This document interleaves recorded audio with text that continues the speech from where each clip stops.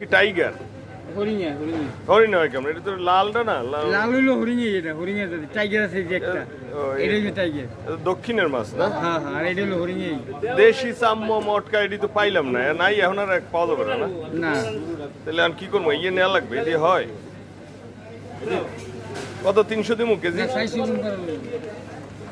250 গ্রাম মাছ হইলেই হবে আমার। হ্যাঁ,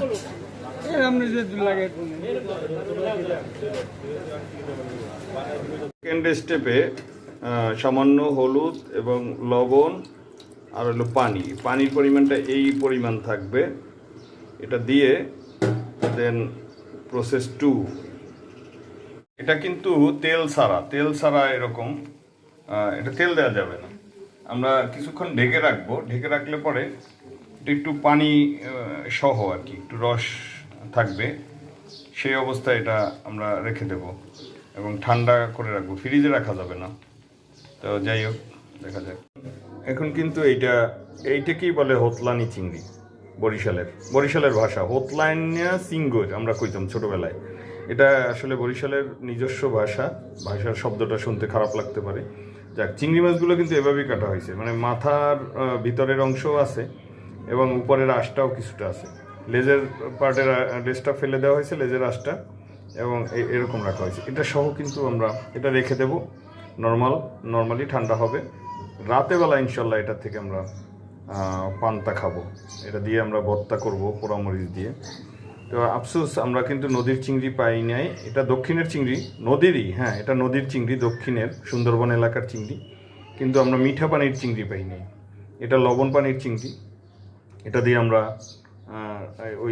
ওটা করব এবং আমার মায়ের হাতের যে খাবারের একটা স্বাদ, সেটা নেওয়ার চেষ্টা করবো ইনশাল্লাহ।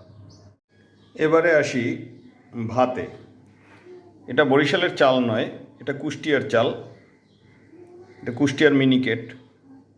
তো বরিশালের চালে পান্তা ভাতের স্বাদটা বরিশালের পাওয়া যেত, যেটা সম্ভব না, আমি বরিশালের চাল সংগ্রহ করতে পারি নাই। তো এই ভাতটা করেছি কি সকাল 8টায় রান্না হয়েছে কিন্তু, আর এখন বাজে দুপুর 2টা। তো এখন 8টায় রান্না করা ভাত 2টার সময় আমি পানি দেব এবং এটা 6-7 ঘন্টা 8 ঘন্টা পানিতে ভিজানো থাকবে। দেন এটা হবে পান্তা ভাত। আসলে রমনা বটমূলে আমরা পান্তা ভাত খেয়েছি, আমিও। সেটা পান্তা ভাত নয়।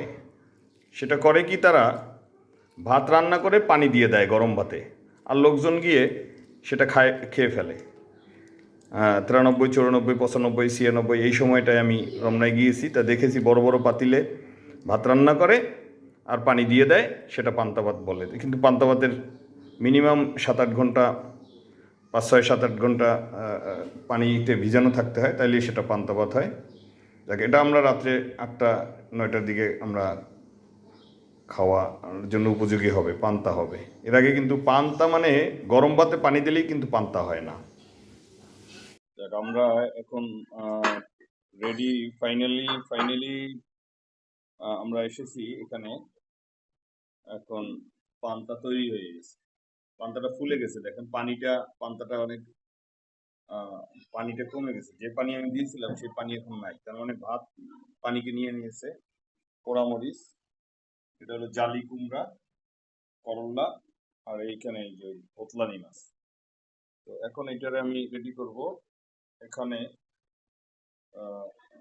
এই অবস্থায় আছে, দেখা যাক আমি রেডি করি। এটা কিন্তু ব্লিন্ডারের কোনো কাজ না, ব্লিন্ডার বা টেকনোলজিক্যাল কোনো নেই, এটা হাতে করতে হবে। হ্যাঁ, ম্যানুয়ালি, শিলপাটা বা ব্লিন্ডারে করা যাবে না, এটা ম্যানুয়ালি হাতে করতে হবে।